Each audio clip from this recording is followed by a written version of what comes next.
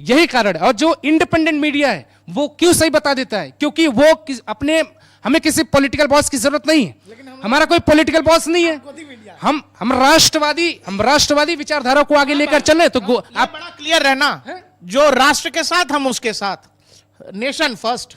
भाई अगर देश के दे राहुल गांधी प्रधानमंत्री तो हमको क्या दिक्कत है भाई जो नंबर होगा वो दिखा देंगे। राहुल जी रायबरेली भी जीते, अमेठी भी जीते, वायनाड भी जीते। यूपी के कुछ गुंडों ने अभी पिटाई कर दी थी तो हमने वो खबर चला दी थी, भाई ये गुंडागर्दी नहीं चलेगी, ये गुंडागर्दी नहीं चलेगी। मसला ये है ना कि जब आपका कोई पॉलिटिकल बॉस हो, जब आपको फोन करे कि साहब एनडीटीवी से बात कर रहे हैं, मैं मनमोहन सरकार कैबिनेट का एक आदमी बात कर रहा हूं, अगर इससे इधर उधर चलाए तो ठीक नहीं होगा। ये रवीश कुमार जो कहते हैं ना कि मैं फलना मैं ढिकना, कौन कॉल करता था मनमोहन सिंह की सरकार में, किसके कॉल के बाद वहां पे आंकड़े तय करते थे? आप बताइए। पंकज पचौरी कौन थे? पंकज पचौरी कौन थे? एनडीटीवी का प्राइम फेस थे, जिनको पूरा देश सुनता था। कहां गए वो? जर्नलिज्म छोड़ के कहां चले गए वो? प्रधानमंत्री के सलाहकार बन गए। तो भाषा किसकी बोलोगे भाई आप? ये जो मीडिया में ये एग्जिट पोल ना, जनता गलत नहीं बताती, ये पॉलिटिकल बॉस को पहले भेजा जाता है कि सर ये इतना सीटें दिखा देते हैं क्या।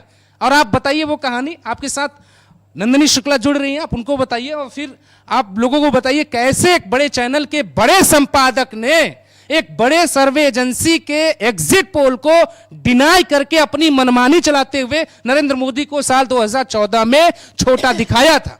और आज वो पत्रकार कैसे घूम घूम कर माइक लेकर कांग्रेस के फंड पे नरेंद्र मोदी के खिलाफ एजेंडा बनाता है। कर वही रहा है। पहले उनकी दाढ़ियां काली थी, अब पक गई, लेकिन बेईमानी नहीं बदली।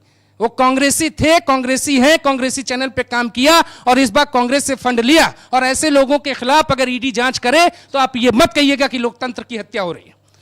300 करोड़ रुपए कांग्रेस मुख्यालय से निकले, किस किस को बटे? इस देश का एक बहुत बड़ा चैनल है, 30 मिलियन सब्सक्राइबर हैं, नैरेटिव रचने के लिए करोड़ों रुपए उनको दिए गए। आप ऐसे मोहल्लों में जाइए जहां पे बीजेपी के खिलाफ लोग बोले, लेकिन पब्लिक के बोलने से चुनाव नहीं होते हैं। इलेक्शन में एक चीज गौर करना, मैं चैनल्स के नाम नहीं लेना चाहता, लेकिन इस देश के ऐसे बहुत से चैनल हैं जो नैरेटिव रचने का पैसा लेकर नैरेटिव रच रहे थे और यहां से लेकर वहां तक स्मृति ईरानी को भी हरा रहे थे, वो कन्हैया कुमार को भी जिता रहे थे, क्योंकि उनका पॉलिटिकल आका उनको मैसेज करता है कि कौन किसको जिताना है, किसको नहीं जिताना। हमारे पास कोई तीसरी शक्ति नहीं है, हमको कोई वरदान नहीं मिला है। हम सामान्य ज्ञान है अभिषेक, सामान्य ज्ञान जिसको कहते हैं जनरल नॉलेज। ये जनरल नॉलेज है जो आंखों से दिख रहा था, खुली आंख से दिख रहा था कि क्या होने वाला है। ये जब आप इस तरीके की बातें करेंगे प्रकाश भाई, अब मैं आपको बता रहा हूं ना कि इस बड़े चैनल के संपादक रोज डिबेट करते हैं। प्रधानमंत्री ने उनको इंटरव्यू दिया, फोटो उन्होंने सोशल मीडिया पर डाल दिया, उन्होंने आंकड़ा दिया कि 303 से 323 सीटें बीजेपी ला रही है। बीजेपी सिर्फ, एनडीए नहीं। 303 से गाली, लोग बोलेगी ये फोटो खिंचवा के आप बेईमान हो गए। अरे भाई वो पिछले 15-20 साल से जर्नलिज्म में कांग्रेस की वफादारी कर रहे हैं और एक सच्चाई कांग्रेसी चैनल में काम करते हैं, तो ये मीडिया तो झूठ बोलेगा ना। और जब आप लोगों को मतलब पहले बता दीजिए कि ये नंबर आएगा तो आप लोग बोलेंगे अरे ये कौन सी बात हो गई, आप माहौल बना रहे हैं, आप गोदी मीडिया हो गया, सारा बुखार उतर गया ना आप सबका, आ गया ना एग्जिट पोल। नरेंद्र मोदी, मैंने अपने फेसबुक पर अपने सोशल मीडिया पे एग्जिट पोल के पहले ही लिखा था कि 365 से 385। मैं चाहता था कि अगर मैं गलत हूं तो उसे मैं सार्वजनिक मंच पे स्वीकार करूं, बच के नहीं बोलना चाहिए ना।